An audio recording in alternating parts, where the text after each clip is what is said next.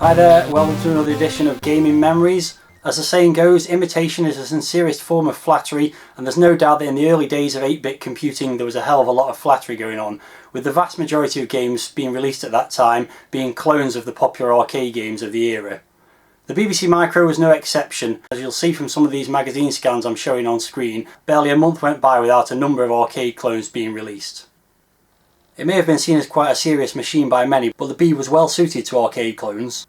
Its vibrant colour palette meant that it could authentically recreate the graphics of the arcade games more closely than the Commodore 64 and without the attribute clash that plagued the Spectrum. The Beeb's sound hardware may not have been as refined as the Commodore 64's SID chip, but it was more than capable of recreating the bleeps and explosions of the arcade games of that time. So taking those factors into account and putting the machine in the hands of some talented machine code programmers, some really authentic arcade clones were created, and that's what this video is all about. We're going to be taking a look at what I consider to be the 10 most authentic BBC Micro arcade clones, taking into account graphics, sound, gameplay, and also some of my personal preferences.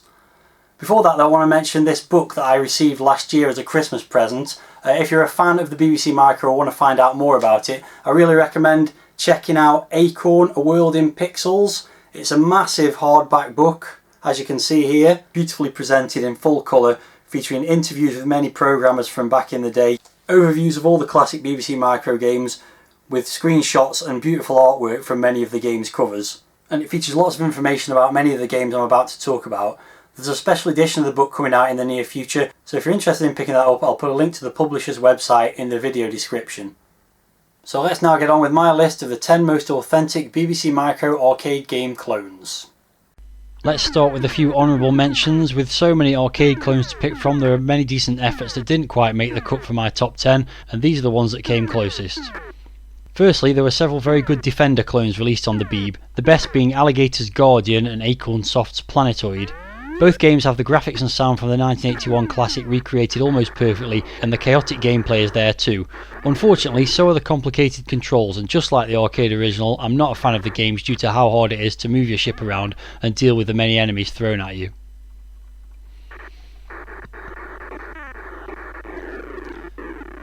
Next up we have Roboman, Alligator's clone of another Williams arcade game, Robotron 2084. This clone managed to recreate much of the original game's frenetic nature with the same vibrantly coloured sprites and noisy sound effects. The graphics in particular are spot on, although the sprites are slightly larger, which makes the play area cramped. While initially it looks like a pretty faithful copy, as the game progresses the Beeb struggles to handle the large number of enemies and projectiles crowding the screen, and it slows down to a crawl. It also lacks the multi-directional shooting of the game that inspired it, which really affects the difficulty on later stages. As a result, this is a game that looks the part, but doesn't quite deliver on the gameplay side. Finally, and perhaps most surprisingly, we have Hopper, Acorn Soft's Frogger clone from 1983. This is an absolutely brilliant copy of the arcade classic with fast, fluid gameplay, vibrant graphics and brilliant sound effects. In my opinion, it's actually better than the game it was based on, but in terms of being a perfect imitation, it's not that close. The graphics and audio are very different, and the game only has 4 lanes of traffic and 4 rows of logs on the river instead of the arcade game's 5. If this was a list of my 10 favourite arcade clones for the Beeb, or even a top 10 games overall, then this would definitely be on that list. But this top 10 is all about the most authentic clones, and so it sadly misses out. Let's now take a look at the 10 games that didn't.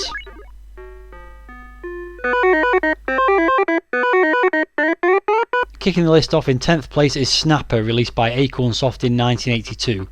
There were countless clones of Namco's iconic Pac-Man released for all the 8-bit computers, and Snapper was widely considered to be one of the best.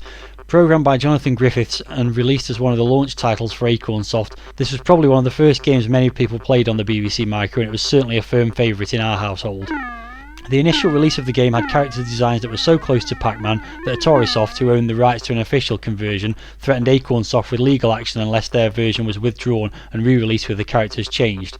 As a result, the player's character became a round yellow face wearing a green cowboy hat, and the ghost became more humanoid in appearance. The second edition therefore does lose a few points for graphical authenticity, but the familiar gameplay remained exactly the same. While it did seem like a very good imitation of the arcade game at the time, in reality the gameplay of Snapper isn't that close to Pac-Man. In the original coin-op, each ghost has its own personality and follows set patterns for each level, but in the BBC game the monsters begin each level by patrolling their corners a set number of times before breaking from their route to chase the player. Unlike the arcade game, they also don't flee when you eat a power pill, which means they're easier to catch but harder to herd together. The maze layout is pretty close to the arcade version, but there are variations to take into account the horizontal orientation of the screen. Nevertheless, it was still a very convincing home version of the classic in its day and remains very playable even now.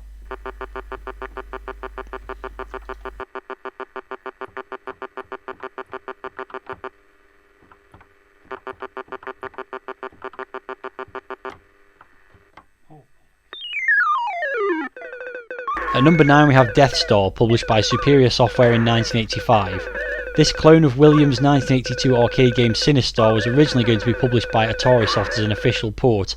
However, the Atarisoft brand was dropped in 1984 when Atari pulled out of the Acorn computer market with a number of games still in development, so the game was quickly renamed and released by Superior as an unofficial version. Given its development history, it's no surprise that it's a very good conversion of the original game, especially where the graphics are concerned. The sprites are a lot larger than in the arcade game, but are otherwise very close representations, other than the player's ship, which is quite different, and everything moves quickly given the number of enemies that can appear on screen. Gameplay wise, I would say it's a little bit easy compared to the arcade version, as you can often sit and mine bombs from the same asteroid almost endlessly. The controls are also simplified, as the arcade game's 49 position optical joystick could obviously not be recreated on a home computer, so instead it uses asteroid style rotational controls. Despite these minor differences, it still retains the look and feel of the game, and when the Death Star is completed and pursues you, it's sure to induce just as much panic as the original did.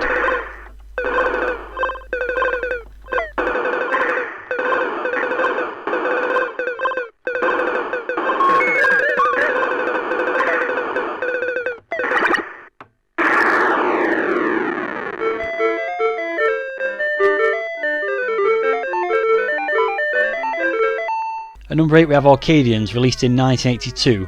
Here's another Acorn Soft clone of a Namco game, this time the 1979 hit Galaxian, and just as with Snapper, it's a very convincing and playable clone of the original arcade game.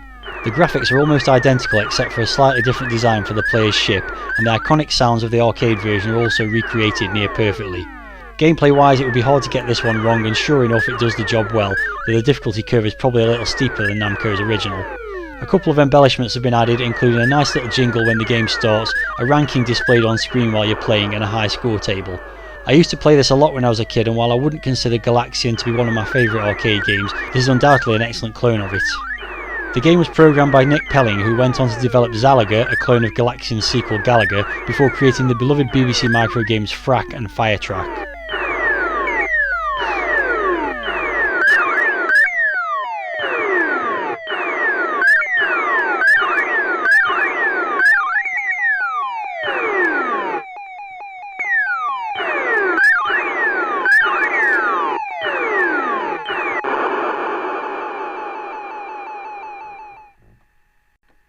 In 7th place is Space Pilot, released by Superior Software in 1984.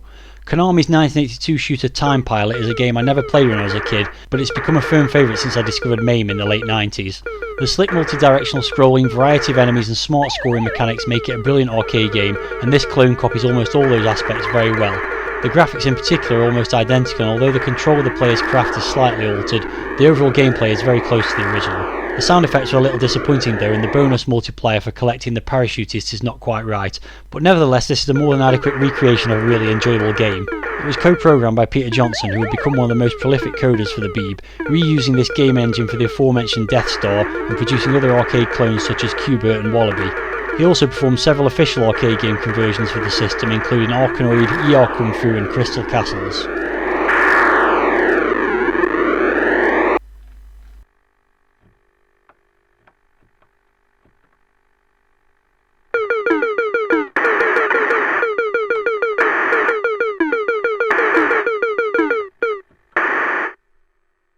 In 6th place we have Missile Control, released by Gemini in 1983. The BBC Micro was home to more than a dozen clones of Missile Command, and there were even 2 games called Missile Control, but Gemini's version is the closest recreation of Atari's 1980 shooter. All the elements of the original game are present, and the graphics and sound are very convincing. It even has the big explosion that goes off when the game ends, but where it really stands out is with the controls. Many of the other clones replaced the 3 launch bases with a single central one in order to get around the need for 3 fire buttons. Missile Control on the other hand kept the 3 bases, but gave the option of either a 3 fire button system or a single button that would launch missiles from whichever base was closest to the crosshairs. With joysticks supported as well, this gave the most flexibility depending on the player's skill level, and that combined with the authentic visuals made for a really enjoyable copy of the classic game. The only thing that could have made it even better is if it had supported the chunky AMX mouse, which had exactly the right number of buttons for this game.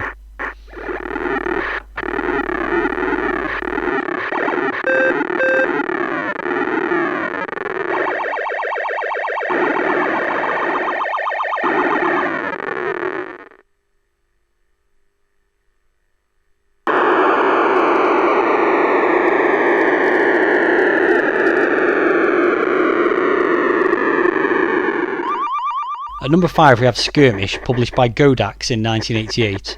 This clone of Williams' 1982 platformer Joust was originally supposed to be an official conversion published by Atarisoft, but when they pulled out of the BBC Micro market in 1984, it befell the same fate as Death Star. It was then going to be released by Aardvark Software under its original name, but a deal with the copyright holders could not be agreed, so it stayed in limbo until Godax made it their first release in 1988 with the new name of Skirmish. By then the BBC Micro was ending its commercial life, so this passed most people by, myself included, which is a real shame because it is an excellent version. Graphically it can't quite match the original due to the reduced colour palette of the Beeb, but the sprites and background designs are as close as they possibly can be. The sounds are also spot on, and most importantly the frantic flapping gameplay and simultaneous 2-player mode are exactly as they were in the arcade game. It may have taken 4 years to get released, but ultimately this lived up to its origins as an official port and provided an authentic and highly playable version of Joust for anyone that was still dedicated to the Beeb at that time.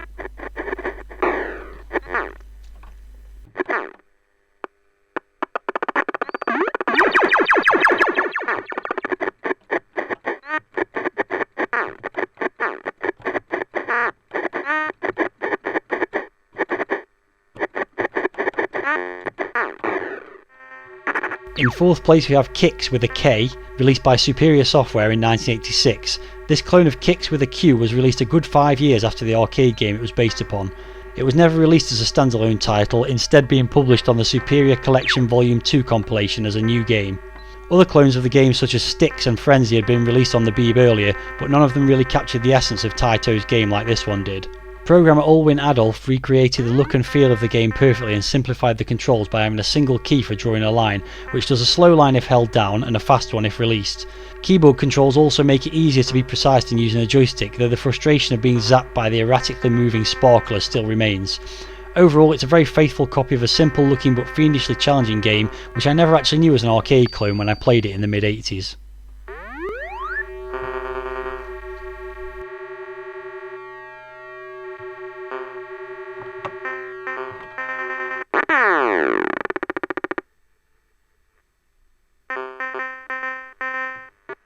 Moving into the top 3 then, and in 3rd place is Meteors, released by Acorn Soft in 1982. Neil Rain was responsible for several of Acorn Soft's early arcade clones that helped establish the Beeb as a capable games machine. I've already mentioned 2 of his games that just missed out on making this list, Hopper and Planetoid, but the most authentic of his coin-op recreations is definitely Meteors. This clone of the 1979 classic Asteroids may not be able to emulate the vector graphics of Atari's original, but it is otherwise a near perfect copy.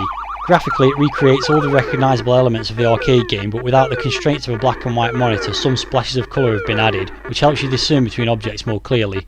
This is especially useful when the UFOs make their appearance, with the larger, slower one being coloured red and the smaller, more deadly ship rendered in pink. The sound effects are instantly recognisable, from the noises of the enemy ships to the panic-inducing background beat that speeds up as the level progresses. None of that would be any good without decent gameplay of course, but the game doesn't disappoint there either, with movement of the game objects being very slick and the control of your ship just as precise as the arcade game. This was one of my early favourites on the system and it still stands up as a superb game to this day. Simply put, if there's a better clone of Asteroids on an 8-bit system then I'd be very surprised, but if you know one then go and play it.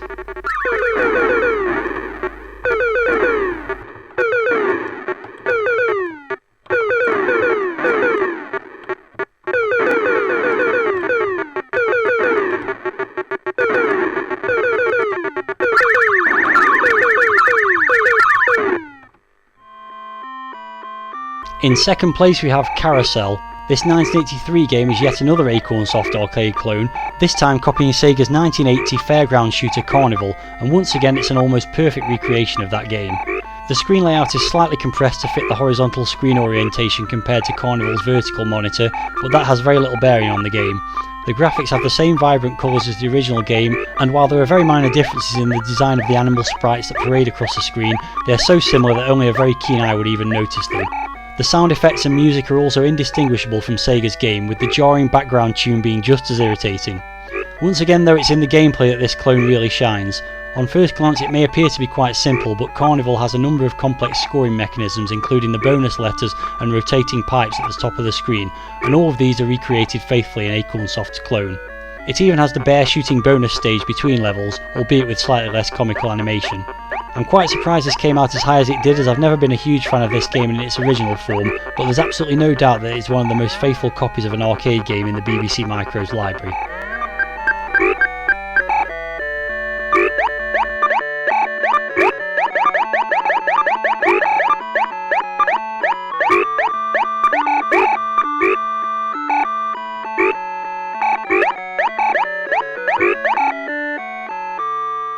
And last but by no means least, in first place is Mr. E, released by Micropower in 1984. Programmer Adrian Stevens clearly spent a lot of his time in the arcades and was responsible for competent clones of Donkey Kong and Amidar, Killer Gorilla and Crazy Painter respectively, before he created this flawless copy of Universal's 1982 maze game Mr. Do.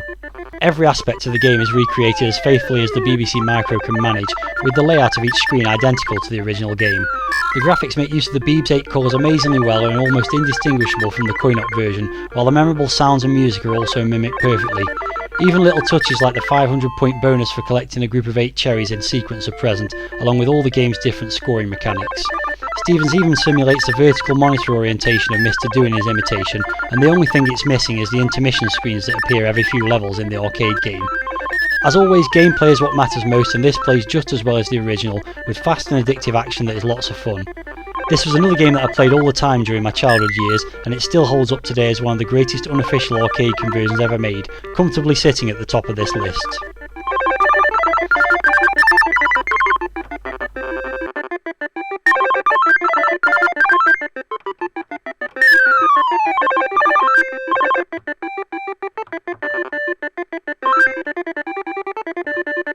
That brings my list of the 10 most authentic BBC Micro arcade game clones to an end, and I hope you agree that these are just as good as the games that inspired them. There's no doubt in my mind that the Beeb was home to some of the very best coin-op rip-offs, and if you have any opinions on these games or suggestions for near-perfect BBC arcade clones that I might have missed, then please leave a comment. If this is your first time watching one of my videos, then please check out my other content and consider subscribing for weekly retro gaming delights. Thanks very much for watching, and happy gaming!